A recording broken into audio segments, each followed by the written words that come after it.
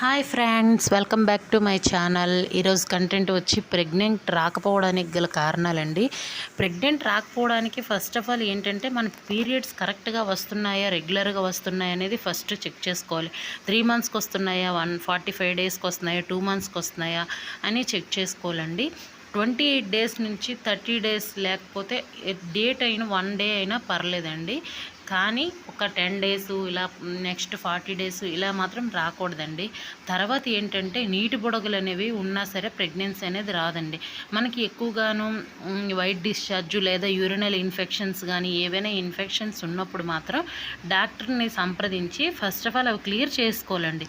అవి క్లియర్ చేసుకున్న తర్వాత దాని తర్వాత ప్రాసెస్ చూసుకొని తర్వాత ఏంటంటే మ్యారేజ్ అయ్యి మీకు ఎన్ని ఇయర్స్ అవుతుంది దాన్ని కూడా గ్యాదర్ చేసుకోవాలండి.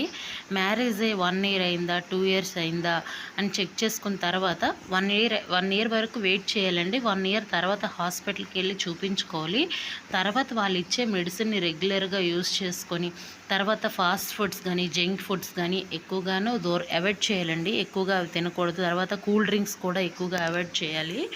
నెక్స్ట్ ఏంటంటే బయట ఎక్కువ ఫుడ్ తినకూడదండి. అవి ఏంటంటే మనం ఎక్కువగా అవి ఆయిల్స్ గట్టి వేసి తయారు చేస్తారు కాబట్టి అది ఎక్కువగా తినకూడదు. దానివల్ల జాగ్రత్త చూసుకోవాలి.